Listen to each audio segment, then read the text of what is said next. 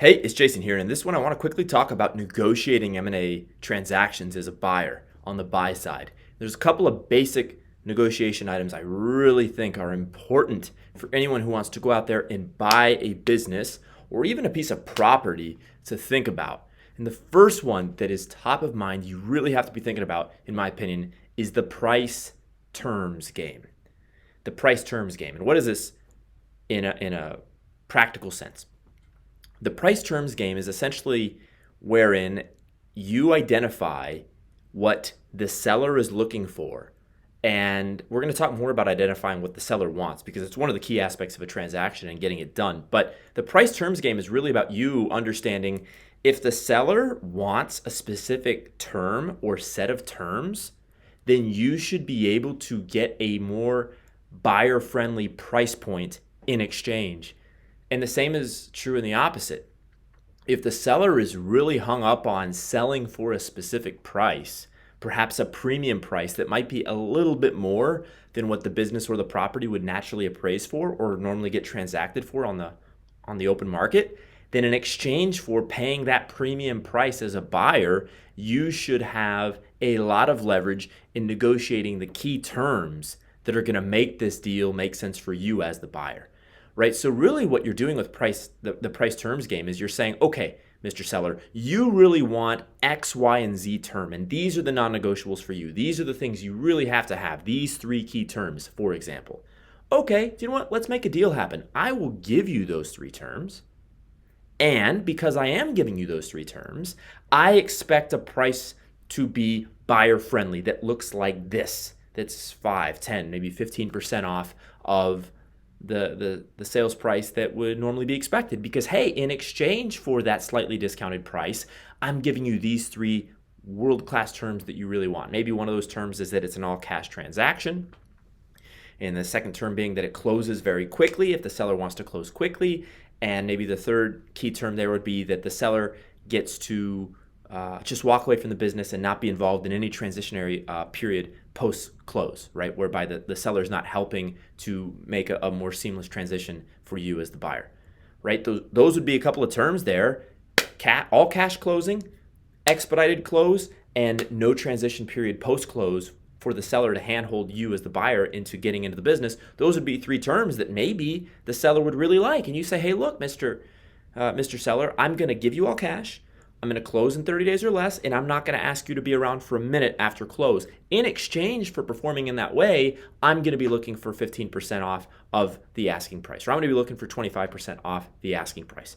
So there's an example whereby you just played the price terms game with the seller. The seller really wants to close quickly, all cash, and not be involved post-close. You say, I can do that, assuming, of course, that you could do that in this fictitious example. And you say, hey, in exchange for abiding by each of those three terms that you really want, Mr. Seller, I, as the buyer, am going to take the win on price, and I'm going to take a winning price. All right? The opposite could be true. Let's say, you, or let's do a different example. You, as the buyer, pay full asking price. Every single dollar that the seller is asking for, you're willing to give as the buyer. You're willing to pay for as the buyer. You say, hey, I'm going to pay a premium price for this business. And in exchange for paying a premium price, I'm going to want you to license the business for a year for free. I'm going to want you to provide 20% seller finance on the back end of the capital stack. And I'm going to want you to be involved in the business at a discounted rate for 1,000 hours post-close to help transition the business into my ownership. So that's the opposite. You're saying, hey, as the buyer, I'm going to pay a premium price. I'm going to pay I'm going to pay you exactly what you're asking for overall in the overarching purchase price, but I want seller finance. I want you to license the business on the house, and I want you to provide, a discounted rate when you, provide your services and act as a consultant for that period of time to help me transition the business to my new ownership. Price terms, right? And there's a million different terms.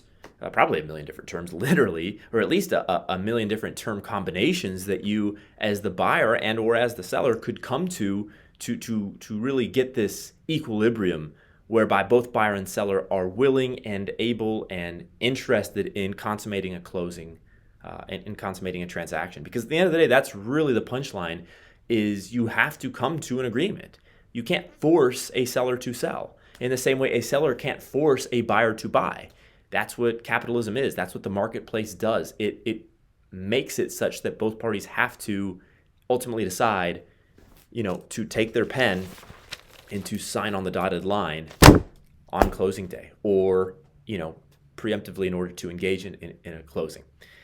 Okay, so that's the basic game of price fee terms, and it's a huge part of what I've done in closing the transactions I've closed, and it's something that I recommend for you as well. It's something that the consulting clients I've worked with over the last couple of years have used successfully to get their deals closed, and it's really important for you. And depending on where you're at, whether you're financing the transaction, whether you're paying all cash, depending on whether you're a shrewd operator versus you're a first-time operator, depending on the type of relationships you have with investors or lenders respectively, if you're going to be using other people's money to help consummate the transaction, you as the buyer really have to think about what are the key variables I care about most. And this is really the next thing I want to talk about is first, you as the buyer have to understand for a specific transaction what means most to you. What are your non-negotiables? What are the things you have to go on, and depending, it could be different for a different type of a business acquisition or a different kind of property. If you're buying a stabilized business, if you're buying a rock solid business, your non-negotiables as you negotiate may be very different than if you're buying a disturbed business, a challenged business that's going to be a bit of a turnaround project, right? If you're buying a business with a lot of operational experience already in the given sector, your key non-negotiables in the negotiation may be very different than if you're a first-time business buyer, a first-time operator, a newer operator, right? Equally, are you penetrating a new market, or is this a bolt-on acquisition whereby you already have a headquarters in the given market? That's going to really influence perhaps you as a buyer. What are those non-negotiables? What are those things that I'm willing to punt on versus those things that I need to have in the deal, right? So you as the buyer have to be really clear about, based on this specific transaction, based on who I am as the owner, based on my operations team, and based on my existing experience and where this transaction is located within the geographical marketplace, what are the things I need for this to be a win for me? And then in exchange, or almost on the other side of the coin rather, I should say, the seller's going to have the same thing in the opposite end. The seller's going to have non-negotiables. I remember doing the deal for B&B back when we just bought the plumbing before we merged in with the HVAC companies. And the sellers for the plumbing business that we bought, some 18 months ago, they had a number. They had a number that they just were not going to budge on. They had to hit a certain number for them to be willing to close. And they made that very clear early on. And I believe I asked, and they told me, hey, yeah, we have a number, and we're not going to tell you exactly what that number is. And of course, this could have been a bit of a bluff as well. But I talked to one of the sellers afterwards, and he said, no, there really was a number, and that was a non-negotiable for us. And so what we did is we played the price terms game, and we essentially got terms that were in our favor because we gave him the number, and them the number. There were two sellers, two partners. We gave them the number that they were looking for. And so part of it was for us, we knew what the non-negotiables were. We knew we wanted to secure their license. Okay, that was a non-negotiable for us. We needed a CFC license, a plumbing license in the state of Florida. We knew we wanted a bit of seller finance in the deal, and we knew we wanted a transition period whereby one of the two partners would help us stabilize the business post-close, because at the time I didn't have and we didn't have that much direct operating experience, and certainly didn't have operating experience in the niche that they were operating in. And so those were our non-negotiables. They had their non-negotiables. And this is really how you consummate a transaction, is you play the price fee term games within the greater context of you knowing what your non-negotiables are and them knowing what their non-negotiables are. And hopefully the deal fits where you can find that match, where like a puzzle piece where the Legos click in and fit nicely together. Sometimes you find that your non-negotiables are the same non-negotiables that the seller has, and that they butt heads, and they're just it's metal on metal. There's nothing, no insulation. There's no cartilage. There's nothing to soften the blow. There's not a perfect fit. Whereas in transactions that get done, usually you'll find that there is that ideal fit where the seller's wants and needs are different than your wants and needs. Your non-negotiables are different than the seller's non-negotiables, and that's really, from my experience, what you're looking for to get a good deal done, not just a deal done, a good deal done that's a win for you as the buyer, which is ultimately, of course, what you're watching out for and what you're thinking about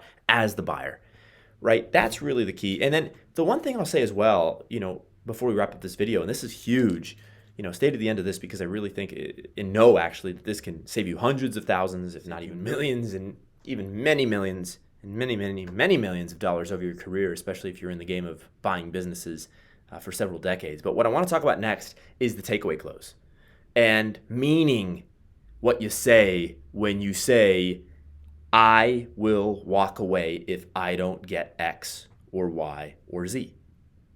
I can think of one example. I won't use the name of the business that we bought, but one of the transactions we did, I had a conversation with the seller and I said, hey, good news, your appraisal came in and it appraised at this. Bad news, I am not willing to pay this.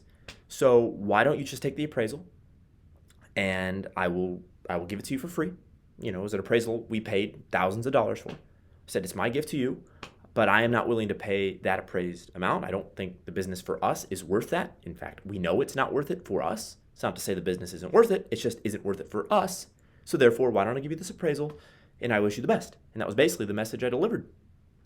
And the seller got quiet and subsequently said, whoa, hey, let's not give up on this deal. Let's not walk away. The punchline is we saved hundreds of thousands of dollars on the price point that we ultimately got as it relates to the purchase price for that business. And that was because I engaged in a legitimate takeaway close whereby I said essentially, hey, I'm going to walk away. I wish you the best. I started going for the door, metaphorically speaking, and the seller said, whoa. Don't leave so quickly here. Let's work something out, right? I can think of another transaction whereby I was unwilling to engage in the traditional financing method for the business for a host of reasons that I won't go into the details of. And so I let the seller know in a different deal, hey, I will not be, providing cash in the way that you're looking for at closing. You will not get the cash that you were hoping for at close. And so I understand that this is probably the end and that's where we're at. And I began to metaphorically speaking, go for the door. And same as on the other example I told you about, I got the hey, hold on, where are you going? Let's not get too hasty here. And the punchline is that transaction I closed with the vast majority of the purchase price being financed by the seller. In other words, I negotiated seller finance in that transaction. And so this is really the power of the takeaway close. When you know where your line is, it's not a bluff, it's not a poker fake, or a poker face rather. It's not built on myth and fiction. It's built on fact and truth and reality. But when you know where your firm, hard line is, and you're willing to walk away, you will often find that even when a seller is saying that they won't do that thing or those set of things that you need for the deal to be a win for you as the buyer, when you get your cap, take your briefcase, and start walking for the door, oftentimes you will find that seller say to you, whoa, hold up now. Let's keep talking. Let's not give up on this deal so soon. And that right there is the power of the takeaway close. Once you start walking for the door and get the seller to stop you, you at that point have a completely newfound amount of leverage to negotiate. And the best deals that I've struck in my career have been post takeaway close. After I engaged in a legitimate takeaway close, I have then found that when the seller pulled me back to the negotiating table, after that point, I was then able to dictate the terms and oftentimes both the terms and the price that I was willing to agree to. And that's where you get the best combination of price and terms from my experience. Now, of course, you could engage in a poker play whereby you actually would be willing to do a deal for a lot less, but you hold the line and act like you're going to walk for the door. That's a bluff. From poker, that is a bluff. And, what you decide to do with that and whether or not you engage in bluffs, takeaway close bluffs is up to you. It depends on how you feel about that, both ethically as well as your ability to potentially execute such a maneuver. I historically have engaged in legitimate takeaway closes whereby I have actually legitimately truly been walking for the door, and then the seller has called me back. One thing I'll say is raising your standards as a buyer is one of the most powerful ways to get the takeaway close to work in your favor, because you really are walking for the door. And when the seller can feel that sense of conviction that this buyer is about to leave, that is, from my experience, been when you get the seller to pull you back to the negotiating table, and at that point you then get price and terms that you really like. I'll say on the opposite, I've had times where I've engaged in the takeaway close and I walked for the door and I got to the door and I opened the door and I left and I never heard from the seller again. I've had other examples where I walked for the door, left, and then 6 months later, either the seller called me or I called the seller, or a broker or an intermediary got in the middle and kind of brought us back to the table, and then a transaction was consummated. So there's a million different variants that can play out. But at the end of the day, your willingness to walk away as a buyer is your most powerful point of leverage. And if you utilize it well, you will get what you want out of the transaction. You have to know where the line is. You have to be willing to walk away. And when you are, you will get price and terms that make sense for you as a buyer. All right, with that being said, if you've liked this video, thumbs it up. Subscribe to the YouTube channel for more business buying content and for business content as a whole. Hit the notification bell as well if you've not already. And share your comments below. Let me know what you want me to talk about next in the next video. What do you think about these strategies we've discussed here today? Again, share in the comments below. I want to hear from you. And with that, I'll see you in the next one.